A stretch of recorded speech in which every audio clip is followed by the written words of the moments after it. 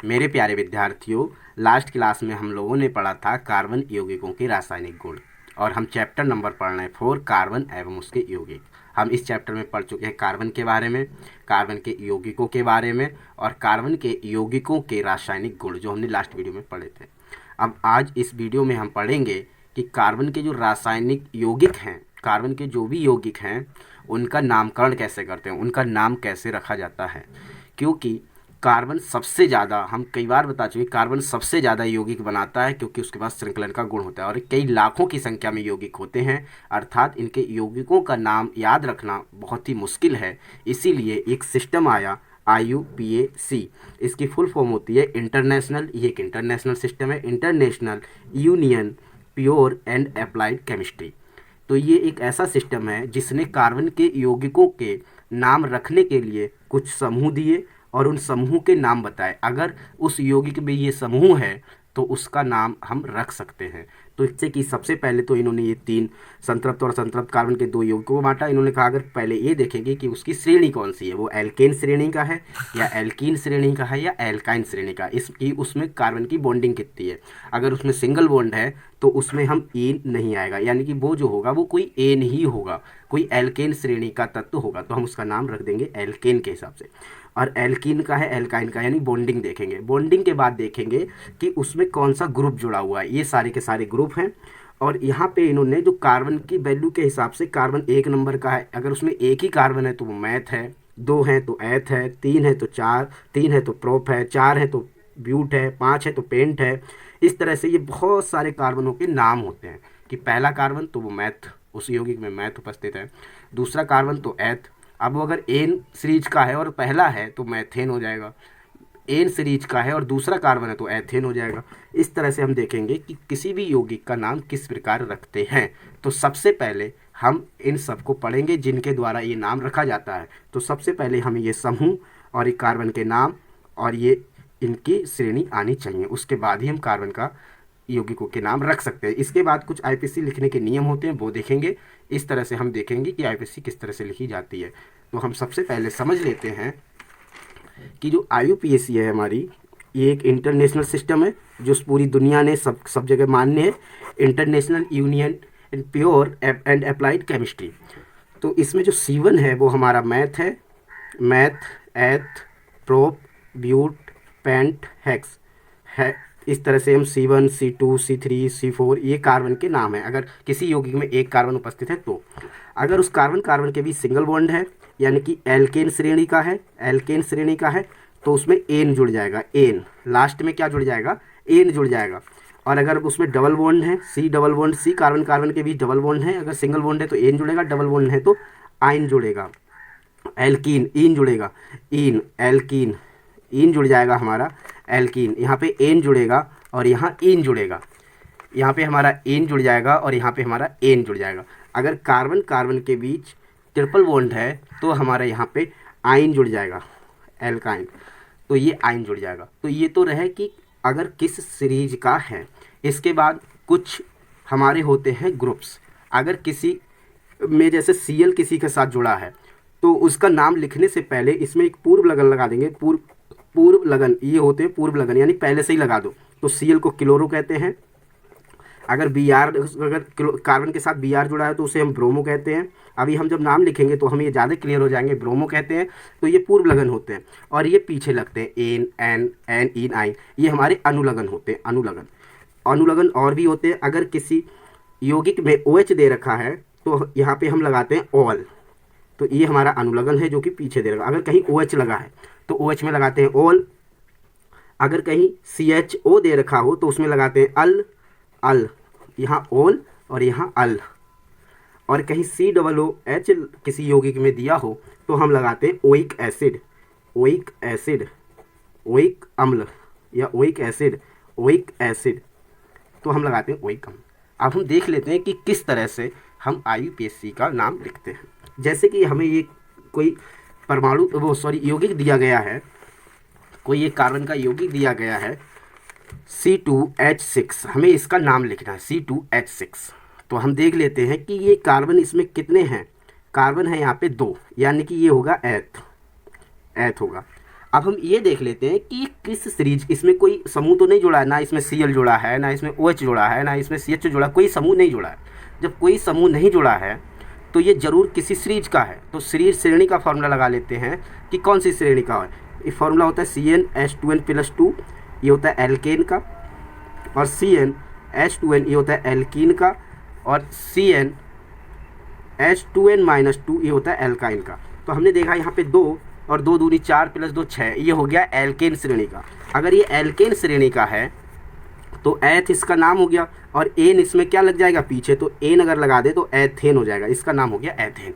ये एक आईपीएससी का यौगिक है जिसका नाम एथेन है। अगर इसी को इसी तरह ये लिखा होता इस तरह से, अब हम इसको खोल के लिख दे रहे हैं, तो यहाँ पे CH single bond H single bond H single bond H single bond H। तो यहाँ पे हमें देख के पता चल रहा है कि कार्बन कार्बन परमाणु के बीच सिंगल बॉन्ड है, और सारे ही सिंगल बॉन्ड हैं, सारे ही एकल बंध हैं, अतः ये एल्केन श्रेणी का ही है। और 2 कार्बन परमाणु हैं, 2 के लिए एथ आता है, और सभी एक ही वो एकल बंध है, तो इसमें एन लग जाएगा, तो ये एथेन होगा। तो ये हो गया हमारा एथेन। अगर इसके साथ यहाँ पे हम कार्बन की संयोजकता जरूर चेक कर लेते हैं। कार्बन की संयोजकता 4 होती है, यानी 4 बॉन्ड होने चाहिए, 1 2 3 4, 1 2 3 4। ये वाला इसके साथ भी है, इसके साथ भी, तो ये दोनों तरफ काउंट होता है, 1 2 3 4। यहाँ पे 4 4 हो रहे हैं, यहाँ पे भी 4 4, ये अर्थात ये यौगिक सही है। अगर इस तरह से लिखा होता CH3Cl, तो हम कैसे बनाते हैं CH3Cl, तो इसका नाम क्या लिखेंगे। अब इसके साथ Cl जुड़ा है, हमें पता है कि Cl क्या होता है, ये पूर्व लगन होता है, तो क्लोरो तो फर्स्ट ऑफ ऑल आ जाएगा, क्लोरो। तो सबसे पहले लिख देंगे क्लोरो, क्योंकि सबसे पहले पूर्व लगन आता है। Cl के लिए क्लोरो लिखते हैं, क्लोरो।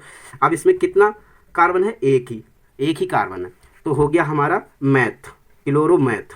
अब इसमें देख लेंगे इसकी संरचना बना के कि संयोजकता के हिसाब से C, तो 3 तो इसमें H लग जाएंगे, क्योंकि कार्बन की संयोजकता कितनी होती है 4, तो 3 H लग गए, तो CH3 और 1 Cl लग जाएगा। यानी कि चारों संयोजकताएं कितनी है, सिंगल बॉन्ड। जहाँ भी एकल बंध होता है वो एन सीरीज होती है, एल्केन सीरीज होती है, संतृप्त हाइड्रोकार्बन होते हैं। तो यहाँ आ जाएगा क्लोरोमैथेन, तो ये हमारा बन जाएगा क्लोरोमैथेन। इसमें एन जुड़ जाएगा लास्ट में, क्योंकि यहाँ सारे के सारे सिंगल बॉन्ड हैं।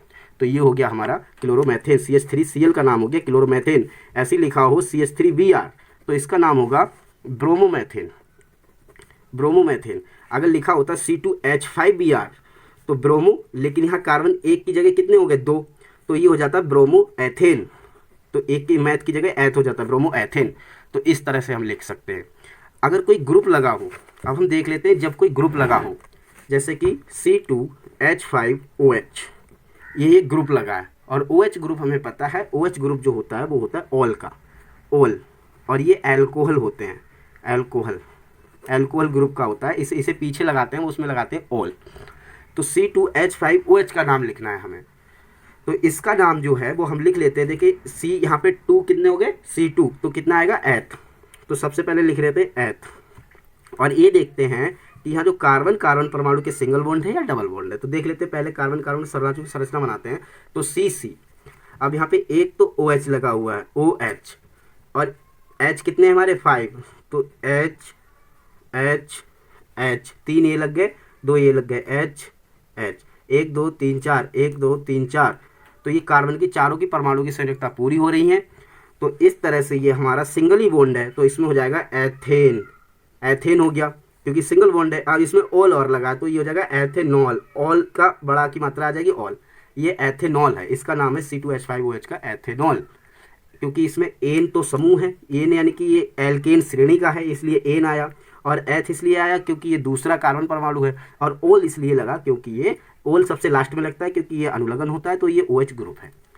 इसी तरह से अगर मैं कहूँ कि CH3OH का नाम होगा, तो यहाँ कार्बन का परमाणु एक ही है, तो ये होगा मैथेनॉल, मैथेनॉल। तो इस तरह से ये होगा मैथेनॉल। तो हम इस तरह से यहाँ पे IUPAC के नेम लिखते हैं, नोट्स हैं इनके द्वारा पढ़ लेते हैं। तो सबसे पहले हम देख रहे हैं कि यहाँ पे कार्बन के 10 नाम है कार्बन के, इसके बाद तीनों श्रेणियाँ और तीनों श्रेणियों के फॉर्मूले हैं।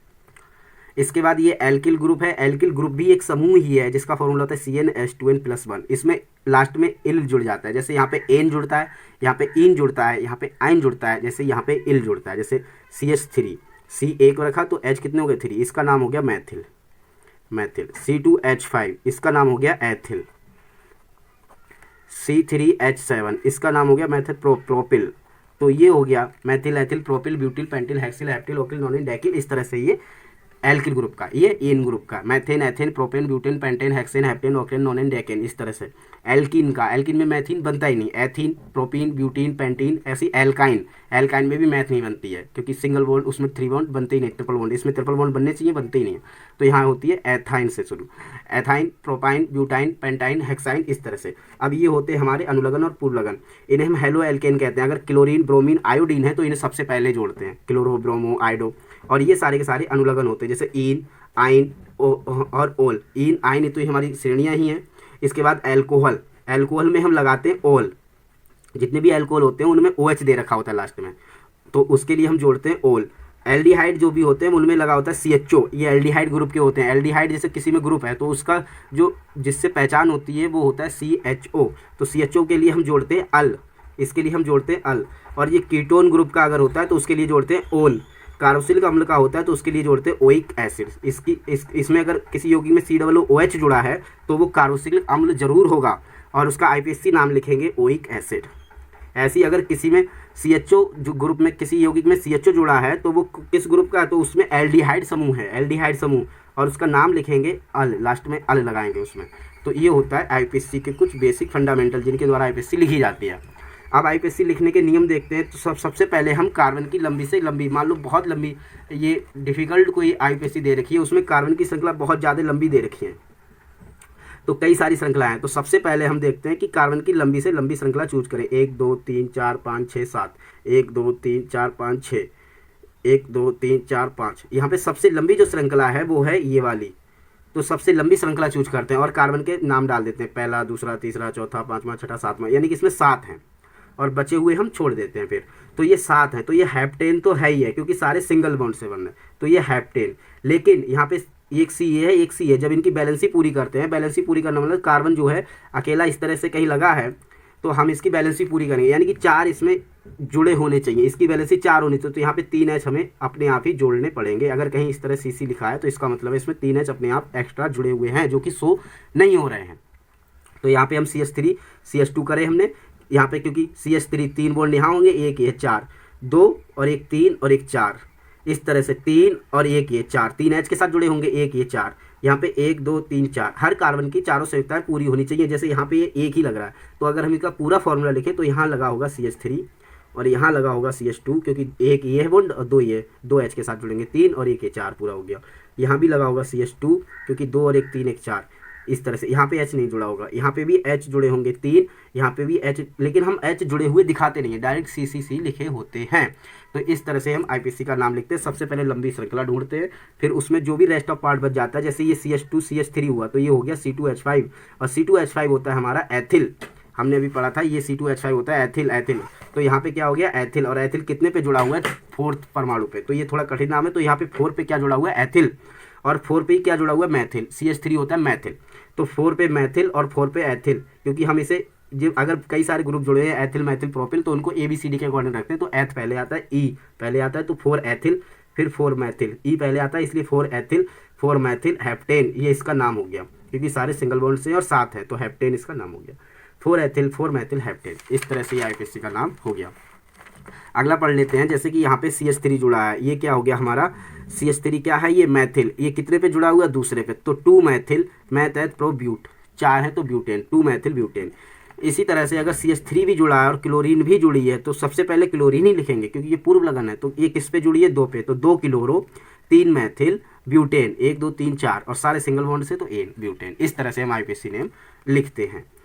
जैसे कि ये अगला यौगिक है CCCVR, तो यहाँ पे ये CC केवल लिखी है, यहाँ पे संयोजकताएं पूरी नहीं की हुई हैं, लेकिन हमें पता है कि कार्बन की 4 संयोजकताएं होती हैं, तो इसलिए यहाँ पे एक ही बॉन्ड है तो इसके साथ 3 जुड़ जाएंगे हाइड्रोजन, CH3 होगा यहाँ पे, और इसके साथ 1 2 2 यहाँ पे बंद है तो इसके साथ 2 जुड़े होंगे हाइड्रोजन, ऐसी 1 2 इसके साथ 2 हाइड्रोजन जुड़ेंगे। तो ये जो हाइड्रोजन जुड़े हुए हैं ये हम दिखाते नहीं है, लेकिन एक्चुअल में ये जुड़े होते हैं क्योंकि कार्बन की चारों संयोजकताएं पूरी होनी चाहिए।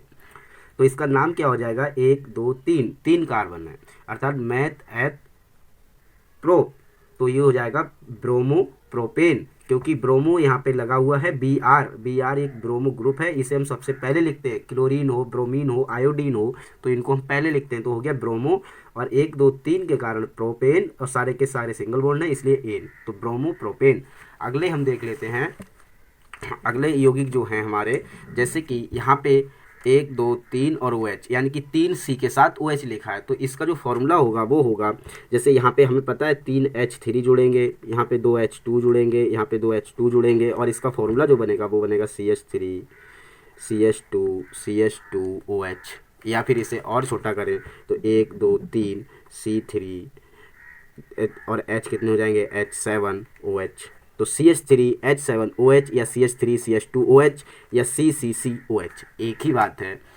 ये इसका नाम हो जाएगा मैथ एथ प्रोप, और इसमें जुड़ा हुआ क्या है, सारे सिंगल बॉन्ड तो प्रोपेन, और इसमें कौन सा ग्रुप जुड़ा हुआ है, OH, तो इसके लिए लगा देंगे ओल, तो इसका नाम हो जाएगा प्रोपेनॉल। अगला हम देख लेते हैं कि इसमें जुड़ा हुआ है CH3, ये हमने खुद लगाया, तो यहाँ H3, यहाँ H2, यहाँ था CCCHO, तो ये सारे के सारे स्काई से जुड़े हुए सिंगल बॉन्ड, और CHO क्या है, अपने आप में एक समूह है, और CHO में हम क्या जोड़ते हैं, अल, CHO ग्रुप में लगाते हैं हम अल, तो मैथ एथ प्रोप, और ये सिंगल बॉन्ड से तो प्रोपेन, और इसमें अल जुड़ जाएगा तो ये हो जाएगा प्रोपेनल, प्रोपेनल बन जाएगा ये। ऐसे यहाँ पे CCCOOH, तो यहाँ आ जाएगी CH3 CH2 COOH, यानी कि CH3, यहाँ पे H3 आएंगे, यहाँ पे 2 आएंगे, COOH, तो ये बन जाएगा CH3 CH2 COOH, या फिर C2H5 COOH। तो ये सारे के सारे एक ही नाम हैं, तो यहाँ पे इसका नाम आएगा मैथ एथ प्रोप, और इसमें कौन सा जुड़ा हुआ है, COOH। COOH के लिए हमने समूह में पढ़ा था, इसके लिए हम लगाते हैं ओइक एसिड, तो ये हो जाएगा प्रोपेनोइक एसिड या प्रोपेनोइक अम्ल। तो यहाँ पे हम देख लेते हैं CCC और डबल बॉन्ड O, अगर C के बाद डबल बॉन्ड O लगा हो तो वो होता है कीटोन ग्रुप, और उसमें हम ओन लगाते हैं, तो 1 2 3, तो मैथ एथ प्रोप, ये प्रोपेन, प्रोपेन हो गया, सारे सिंगल बॉन्ड है तो प्रोपेन, और ओन और जुड़ जाएगा तो इसमें हो जाएगा प्रोपेनोन। तो इस तरह से हमारे IUPAC नेम लिखे जाते हैं, जो भी समूह होता है वो लास्ट में हम लगा देते हैं। हमें सिर्फ ध्यान रखना है, अगर OH लगा है तो इसके लिए ओल लगाते हैं, इतना ध्यान रखना है। अगर ये समूह याद होंगे तो हम IUPAC लिख सकते हैं। अगर CHO जुड़ा है तो हम इसके लिए अल लगाते हैं, अल अल, और अगर COOH लिखा है तो इसके लिए oic acid, oic acid, oic अम्ल, और अगर C डबल बॉन्ड O लिखा है तो हम लगाते हैं ओन, और ये O है, ओइक है, अल है, ओल है, तो इनका जैसे ओल है तो इसमें बड़ा की मात्रा लग जाएगी उसके साथ, ऐसे यहाँ पे इसकी अल की उसके साथ ए चला जाएगा, और यहाँ पे ओइक तो उस पर बड़ो O की मात्रा चली जाएगी, ओन है तो O की मात्रा चली जाएगी, ना कि ये पूरा लिखा जाएगा। जैसे प्रोपेन है तो प्रोपेनोन हो जाएगा ये, ठीक है। तो इस तरह से हम IUPAC में लिखते हैं। जैसे कि CH3 CH2 Br, तो ये हो जाएगा हमारा 1 2 3 1 2, 2 ही कार्बन है और Br, तो क्या हो जाएगा मैथ एथ ब्रोमो एथेन। इस तरह से हमने ये IUPAC नेम लिखे हैं। अब ये IUPAC नेम यहीं पे समाप्त होते हैं। हमने इस तरह से सीखा कि IUPAC नेम किस तरह से लिखते हैं। बहुत बहुत धन्यवाद।